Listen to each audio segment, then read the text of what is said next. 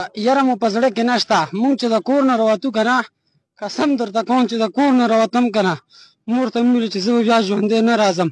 انشاءالله په دې جګړې که زما سر ځي، که زما ټول خاندان ځي، یارېږو به نه. انشاءالله ډډ کر به مقابله کوو، ولاړ به یو. او زه یو درخواست ټول حکومت ته کوم، که د صوبایي دی که کوم ځای دی چې د کم پښتون لاره به نیسي، تاسو یارېږي به نه. انشاءالله ډډ کر مقابله به کوو. د کم پښتون مونږ دا په زړو کې نه ګڼو، مطلب دا زمونږ دا د پي ټي ایم جرګه نه، دا د ټول پښتونخوا جرګه ده. بېګم زه ډېر خوږ شوی یم، غټې ټول مې خوږ دي پټې دي که نه، خو یارېږم نه.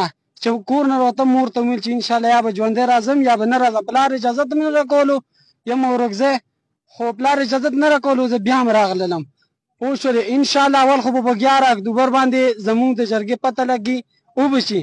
خو که بیا ونه شوله نو واوره حکومته، داسې انقلاب راولو چې بنګلادیش به دې په خیر کو.